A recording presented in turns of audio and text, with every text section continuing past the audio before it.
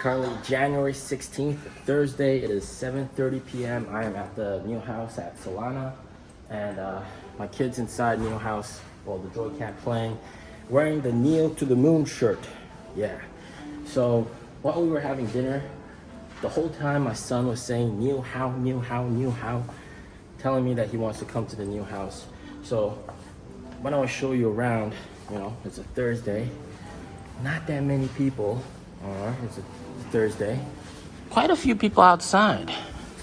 So, got staff looking over. And of course, you go outside. Beautiful cars. No ET9 yet. ET5T, ET7. Very, very cool. So guys, my son is absolutely addicted to Nio House. Yeah, but first I want to show you guys. I talked to the sales rep about the orders and all that kind of stuff, and yeah, there's some pretty surprising information, some Model Y stuff, cool, interesting update. But first, I want to show you this outdoor Nio/Onvo booth. Take a look. So I'm out here in this mall with my wife and my kid, and look at this, an Onvo little booth right here, the Onvo L60, and then right next to the Nio booth, right there. Very cool. Wow. We got some couple of other cars elsewhere, but this is pretty interesting, huh? Very nice. So it is a weekday, 7:40, 7:50-ish p.m. So not that many people in the stores. But, you know, when I talked to the sales rep, they told me that, you know, most of their customers have already bought a car in December, okay? And right now they still have people coming into the stores, checking out the cars. They're collecting leads, and what they're doing is they're actually going to office buildings, they're going to different neighborhoods, and by the way, they're sending interns there, all right? And then these interns, they give out some freebies, and in return, of course, you have to provide your phone number and show interest in, of course, potentially buying a Nio. But of course, you know, some people, they just sign up for the freebie with no actual intent of ever purchasing a car. But yeah, you know, this is of course one of the things that they're doing to get more leads. Now, I asked if the Model Y has some impact, and he said, well, it kind of goes both ways. So I guess this is very good for shareholders to listen.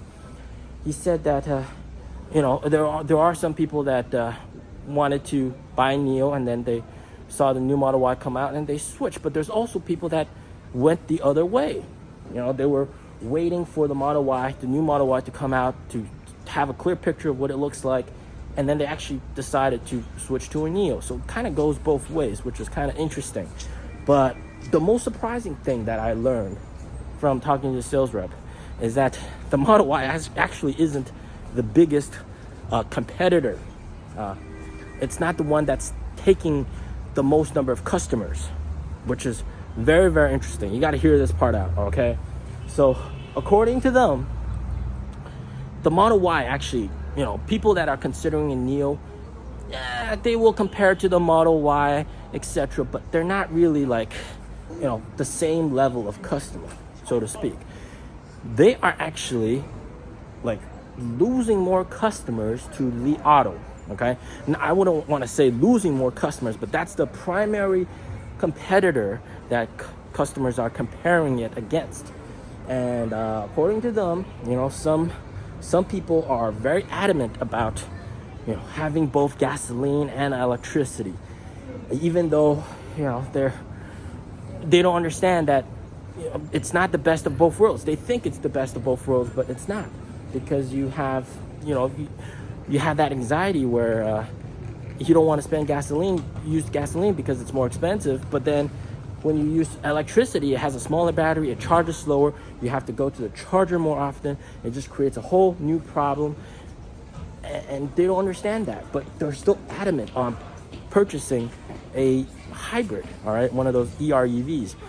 And then the sales rep told me, like, you know, some of these customers, they're so adamant about purchasing the Li Auto, they go through with it, but then they regret it because of this problem, this exact problem, okay? And then they end up regretting, and then they say to the sales rep, oh man, I should have chosen Nio with the battery swap. So it's kind of interesting. Like, people are becoming more aware of battery swap, but people are still like hesitant to go the full way. Some people still they think that having both gasoline and electricity offers them safety of mind, all right, which is kind of odd. Now, the other important thing that I talked with the sales rep is, of course, incentive. Does the incentive play a big factor in people purchasing the car? And they said, of course it does. Last month, the incentive was so good that a lot of people just pulled the trigger. But this month, it's very clear that the incentive isn't as good as last month. And, well, last month in December, people were rushing to get their cars before the end of the year for the national subsidies and all sorts of local subsidies, etc. So that created a rush for them to take delivery of the car, whereas right now it's kind of like just a peaceful period. People are just looking at the car, not exactly pulling the trigger. So we kind of have like a flattening of sales or stagnation of sales, so to speak. Now, in terms of sales expectations, the sales rep told me that they are expecting sales to kind of rebound after Chinese New Year, because afterwards they have more people have money in their pockets from those Chinese New Year celebrations, and then they can potentially purchase more cars, which will be pretty nice. So according to the sales rep, the Model Y doesn't really pose that much of a threat to Nio, so to speak, because the people buying these cars are two different calibers of people, whereas the Li Auto is much more of a bigger threat.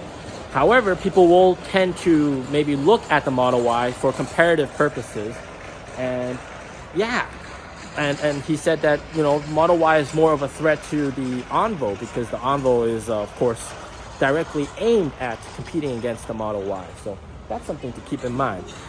And they're continuing to open stores, so I've seen several more stores in construction about to pop up, and these are more Nio spaces, so not like with these big footprint like this Nio House.